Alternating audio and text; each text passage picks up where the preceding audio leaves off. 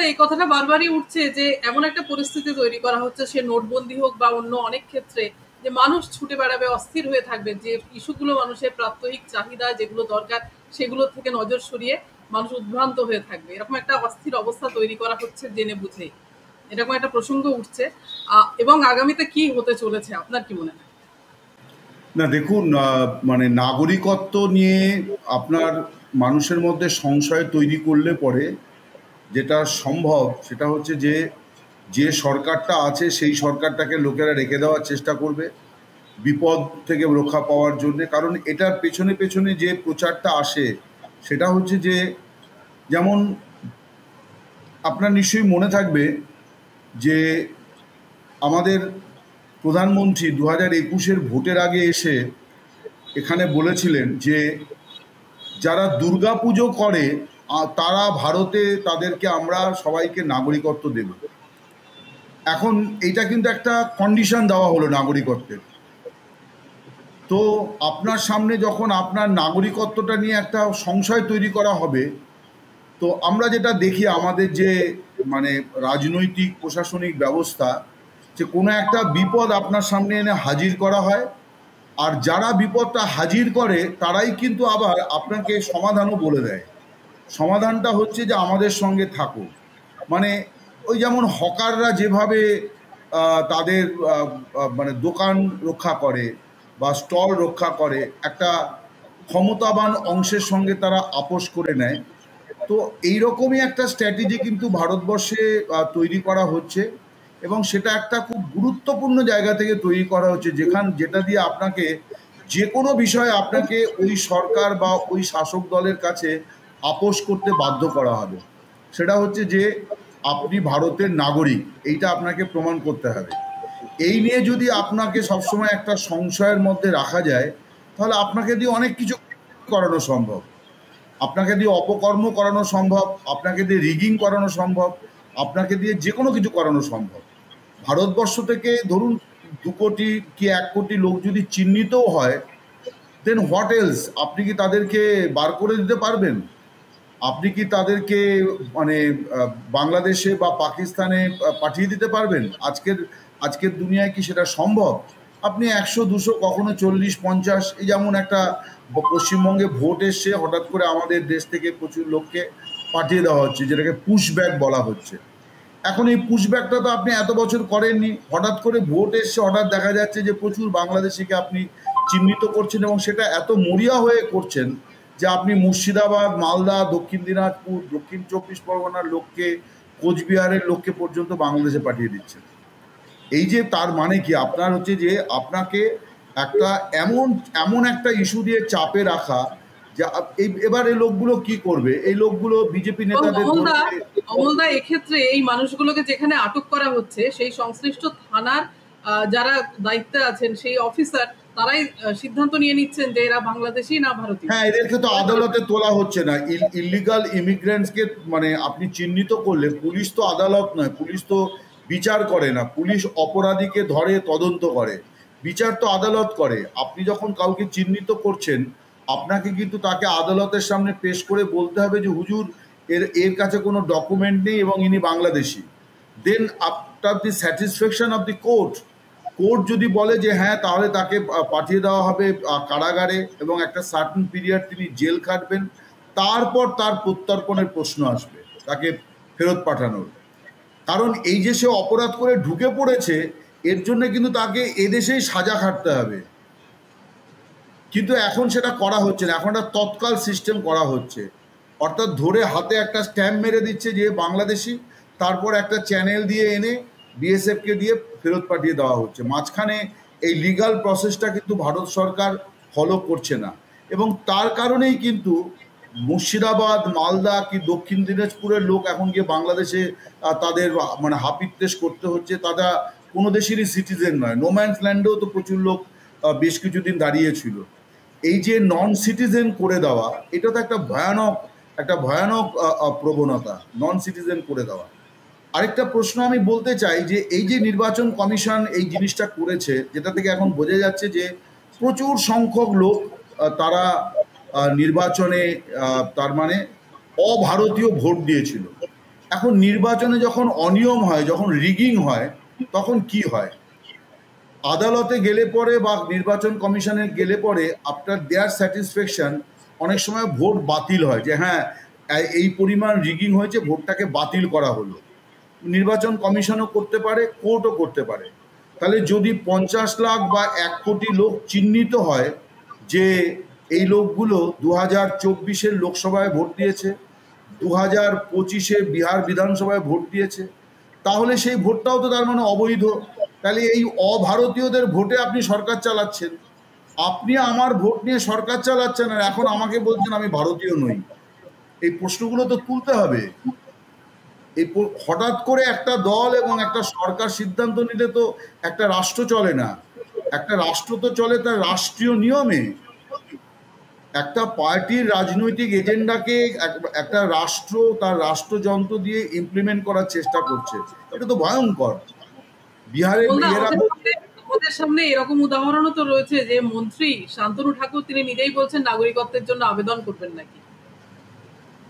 Exactly, আমি এটাই বলতে চাইছি যে ভারতবর্ষের একজন মন্ত্রী, তারই নাগরিকত্ব নিয়ে প্রশ্ন আছে, তারই নাগরিকত্ব নিয়ে, তিনি এখন মন্ত্রী নন কিন্তু তারই নাগরিকত্ব নিয়ে প্রশ্ন ছিল, তো তাকে অ্যাপ্লাই করতে হয়েছে। শান্তনু ঠাকুরকে এর আগে কোচবিহারের একজন ছিলেন, তিনি তো স্বরাষ্ট্র প্রতিমন্ত্রী ছিলেন, যার নাগরিকত্ব নিয়ে মামলা আছে। তো আমি বলতে চাইছি এটাই যে এমন একটা ইস্যু তৈরি করা হয়েছে, এমন একটা চাপ তৈরি করা হচ্ছে যে আপনি ফাইনালি এই শাসক দল এবং এই সরকারের কাছের লোক হয়ে যাওয়ার চেষ্টা করবেন, যাতে আপনাকে আর নাগরিকত্ব নিয়ে এই বিড়ম্বনাটার মধ্যে পড়তে না হয়। এটাই তো স্ট্র্যাটেজি। এমন একটা জিনিস নিয়ে নাড়াঘাটা করা হচ্ছে যেখানে সবাই অস্থির হয়ে উঠবে এবং সবাই ওর সঙ্গে আপোষ করার চেষ্টা করবে। এখানে আমি মনে করি যে ভারতের আদালতের, সর্বোচ্চ আদালতের এবং মিডিয়া অনেক কিছুতেই গদি এবং এই ধরনের বিভাজন তাদের মধ্যে আছে। আমি একজন মিডিয়া পার্সন হিসেবে আমার মিডিয়া বন্ধুদেরও বলবো যে এই জায়গাতে দয়া করে তথাকথিত এডিটোরিয়াল পলিসি বা মধ্যে যাবেন না। তার কারণ এটা আমাদের একেবারে ভারতীয়দের অস্তিত্ব সংকটের প্রশ্ন। এইখানে আপনার মিডিয়ার কোন দলের প্রতি আনুগত্য কি কিছু, এটার ঊর্ধ্বে উঠে মিডিয়াকেও কিন্তু একটা রোল প্লে করতে হবে, যে এটা সঠিক না বেঠিক এই কথাটা বলতে হবে জোর দিয়ে, কারণ এটা আমাদের অস্তিত্বের প্রশ্ন। আমরা এত বছর ধরে আছি, আমাদের বাবা মা দাদু দিদা তারা এই দেশে বাস করেছে, হঠাৎ করে আমার নাগরিকত্ব নিয়ে প্রশ্ন তুলে দিচ্ছে, এবং কালকে আরও অনেক কিছু করতে পারে। তারা যদি সাকসেসফুল হয়ে যায়, তারা যদি এই সিস্টেমটাকে বলবৎ করে ক্ষমতায় টিকে যায়, তাহলে তো আরও অনেক কিছু করতে পারে। তাহলে তো আপনার রেলের টিটি, সে আপনার কাছে টিকিট থাকে দেখার পরে আপনি রেলের বৈধ যাত্রী, সে আপনাকে বলতে পারে আপনি তো টিকিট কেটে ট্রেনে উঠেছেন কিন্তু আপনি কি ভারতীয়? এই প্রশ্ন তো সে তুলতে পারে যে আপনি কি ভারতীয়? আমি কোনো সরকারি হাসপাতালে ট্রিটমেন্ট করাতে গেলাম, পয়সা দিয়ে ট্রিটমেন্ট করালাম, হঠাৎ করে মেডিকেল ডিরেক্টরের মনে হলো যে এই লোকটা ভারতীয় না বাংলাদেশি না পাকিস্তানি খতিয়ে দেখি, হঠাৎ করে তিনি আমায় চ্যালেঞ্জ করে বসলেন যে এটা তো ভারতের পরিষেবা আপনি নিচ্ছেন, আমার এটা নৈতিক দায়িত্ব, প্রশাসনিক দায়িত্ব যে আপনি ভারতীয় কিনা এটা আমাকে প্রমাণ দেওয়া। এটা কি আমাদের মানে মেডিকেল ফ্যাকাল্টির কাজ হবে? রেলের টিটির কি এটা কাজ হবে? ভারতবর্ষকে তো সেই দিকে নিয়ে যাওয়া হচ্ছে। আমি তো প্রথমেই আপনাকে বললাম যে নির্বাচন কমিশনের নাগরিকত্ব যাচাই করার জন্য যে প্রচলিত নথিগুলি আছে সেগুলি গ্রহণ করেই কিন্তু 1952 সাল থেকে ভারতবর্ষে নির্বাচন হয়ে আসছে। যদি আমরা নাগরিকত্বকেই সবচেয়ে গুরুত্ব দেব, তাহলে প্রথম নির্বাচনটাকে তো অবৈধ বলতে হয়, কারণ নাগরিকত্বের আইনটাই তো হয়েছে 1955 সালে। তাহলে তো আমাদের 52 নির্বাচনটাকেই বাতিল করে দিতে হয়, যে ওই নির্বাচনে ভারতীয়ত্ব যাচাই করা হয়নি, করেনি তো, কারণ ওইভাবে হয় না তো। আমি তো আমার প্রতিবেশীকে জানি সে ভারতীয় না ভারতীয় নয়, আমি তো জানি। এটাও তো মানে আমরা নাগরিকরাও তো একটা প্রুফ, আমরা নাগরিকরাও তো একটা প্রমাণের একটা মানে ডকুমেন্ট, যে আমি এন্ডোর্স করছি যে ইনি আমার পরিচিত বা ইনি এই এলাকায় এত বছর বাস করছেন। আমি তো প্রথমেই বললাম যে ভারতবর্ষে এই ধরনের এক্সারসাইজ করার জন্যে আরও 20 থেকে 25 বছর অপেক্ষা করা দরকার। তার কারণ আমরা বেসিক্যালি নথিবিহীন জাতি। আমাদের কাছে নথিপত্র নেই। আপনি দেখবেন, আমি একটা এই প্রসঙ্গে বলি, একেবারে প্রাসঙ্গিকই হবে যদিও ভিন্ন প্রসঙ্গ। দেখবেন সিঙ্গুরের আন্দোলনের সময় ইচ্ছুক আর অনিচ্ছুক কৃষকের প্রশ্ন এসেছিল। এই অনিচ্ছুক কৃষক যাদেরকে বলা হচ্ছিল, তাদের মধ্যে একটা বড় অংশ ছিলেন যারা ওই জমির কম্পেনসেশন ক্লেম করতে পারছিলেন না, এই জন্যে যে মিউটেশনে তার দাদুর নাম বা বাবার নাম লেখা আছে, তাদের নাম লেখা নেই। এখন আমাদের দেশে আপনি মিউটেশন করাতে গেলে পরে 5 বছর লেগে যাবে। 5 বছরে 50 বার যেতে হবে, যে দাদুর নামটা কেটে প্রথমে বাবার নাম ইনক্লুড হবে, তার নামে একটা সার্টিফিকেট বেরোবে, এইবার আবার বাবার নাম কেটে আপনার নাম ইনক্লুডেড হবে। আবার দেখা গেল যে 5 ভাইয়ের মধ্যে 1 ভাই কানাডায় থাকে, 1 ভাই দিল্লি থাকে, তারা আসতে পারছে না। ফলে জমিটা কখনোই আপনি আপনার নামে করাতে পারছেন না। ফলে আপনি তো কম্পেনসেশনটা ক্লেম করতে পারবেন না। সিঙ্গুর আন্দোলনের যে 400-450 একর জমির মালিককে বলা হয়েছিল অনিচ্ছুক, এই অনিচ্ছুকদের একটা বড় অংশ ছিল যারা প্রমাণ করতে পারছিল না যে তারা ওই জমির মালিক। আমি তো বারবারই বলছি, আমরা নথিবিহীন জাতি। আমাদের এখানে যারা গুরুত্বপূর্ণ নথি নেই।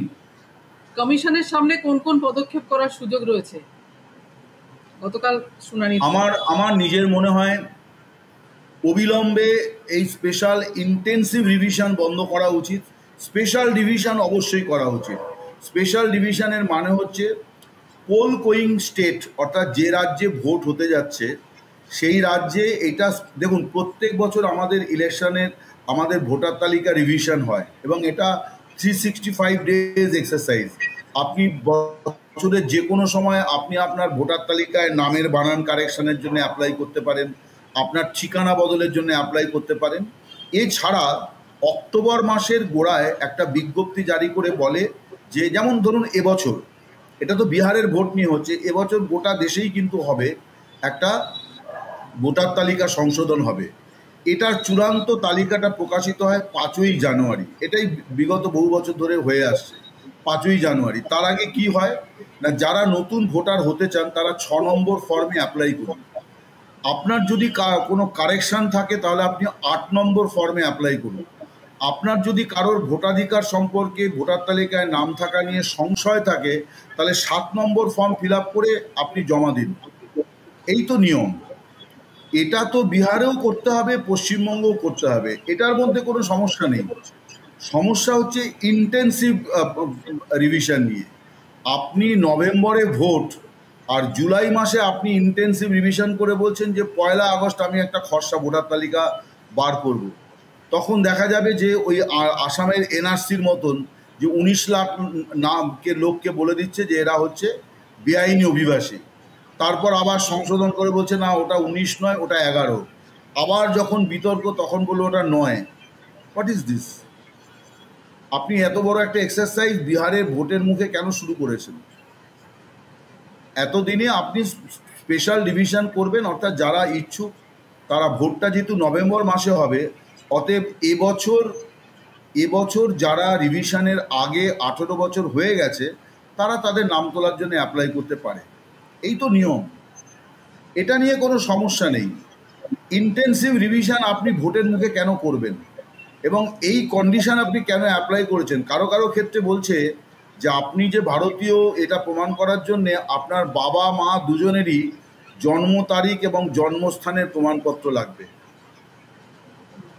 দেখুন, আমি যেই বয়সে, কেন না আমার থেকেও অন্তত 15-20 বছর বয়স কম, এদের কারো বার্থ সার্টিফিকেট নেই, আমারও বার্থ সার্টিফিকেট নেই। যে অ্যাডমিট কার্ডটা মাধ্যমিক পরীক্ষার সময় স্কুল থেকে যে ডেট অফ বার্থটা লিখে দেয় ওটাই আমাদের ডেট অফ বার্থ হয়ে যায়, আপনি দেখুন না, মমতা বন্দ্যোপাধ্যায় তিনি তো বারবারই বলছেন যে আমার দুটো কেন? তার কারণ হচ্ছে স্কুলে একরকমভাবে লেখা হয়েছে এবং তখন একটা জিনিস ছিল যে 6 বছরে ভর্তি, 6 বছরটাকে মেক আপ করার জন্যে মুখে মুখে অনেক ডেট অফ বার্থ তৈরি হতো। ক্লার্ক মশাই তিনি একটা ডায়েরি বার করে একটা অতই চৈত্র অতই জ্যৈষ্ঠ তার একটা ইংরেজি বার করে লিখে দেওয়া হতো। আপনি রিয়ালিটিটাকে অস্বীকার করবেন কি করে? আপনি এটাকে কি করে অস্বীকার করবেন যে ভারতবর্ষের বিস্তীর্ণ এলাকা জুড়ে ঘূর্ণিঝড় হয়, বন্যা হয়, ভূমিকম্প হয়, আপনি সেখানে নথিপত্রকে কম্পালসারি করছেন? প্রতিবেশী সবচেয়ে বড় নথি আমি মনে করি। আমার প্রতিবেশীর জন্য আমি সবচেয়ে বড় নথি, আমার জন্য আমার প্রতিবেশী সবচেয়ে বড় নথি, কমিউনিটি সবচেয়ে বড় সার্টিফিকেট দেওয়ার এটা, এই যে জিনিসটা করা হচ্ছে এটা অনাবশ্যক, এবং আমি আপনাকে বলছি এটা লং টার্মে একটা রুল করার জন্য এই জিনিসটা করা হচ্ছে, ইস্যুটা বার করা হয়েছে। যে মানুষকে সবসময় দুশ্চিন্তার মধ্যে রাখো, এবং এই দুশ্চিন্তাগ্রস্ত মানুষ আমার আমার আমার আমার সঙ্গে পা মেলাতে বাধ্য হবে, আমার সঙ্গে আপোষ করবে। আমি যে কারণেই বলছি এটা সুপ্রিম কোর্টের অগ্নি পরীক্ষা, যে সবসময় আপনি ওই কনস্টিটিউশনাল বডি সম্পর্কে কঠোর কিছু করবেন না, তাকে আপনি সাজেশন দেবেন, এইটাও কিন্তু ন্যায় বিচারের পরিপন্থী। আমি বলছি ভারতের সুপ্রিম কোর্ট এই ব্যাপারেও দীর্ঘদিন ধরে তারা এই ভালো মানুষই করে তারা কিন্তু ন্যায় বিচারকে প্রত্যাখ্যান করছে। সুপ্রিম কোর্টের কাছে ভারতের সংসদও জবাবদিহি করতে বাধ্য, নির্বাচন কমিশন সহ সমস্ত কনস্টিটিউশনাল বডি জবাবদিহি করতে বাধ্য। আবার সুপ্রিম কোর্টের জাজমেন্টকে বদলে দেওয়ার ক্ষমতা ভারতের সংসদের আছে। কিন্তু সুপ্রিম কোর্ট আমি দেখেছি সংসদ, তারপরে নির্বাচন কমিশন, এসবের ব্যাপারে তারা এটাকে খুব স্পর্শকাতর মনে করে। কেন? সে যদি অন্যায় করে থাকে আপনাকে বলতে হবে যে আপনার এটা ভুল, আপনাকে এটা শোধরাতে হবে। ভোটাধিকারের থেকে বড় মৌলিক অধিকার কি আছে?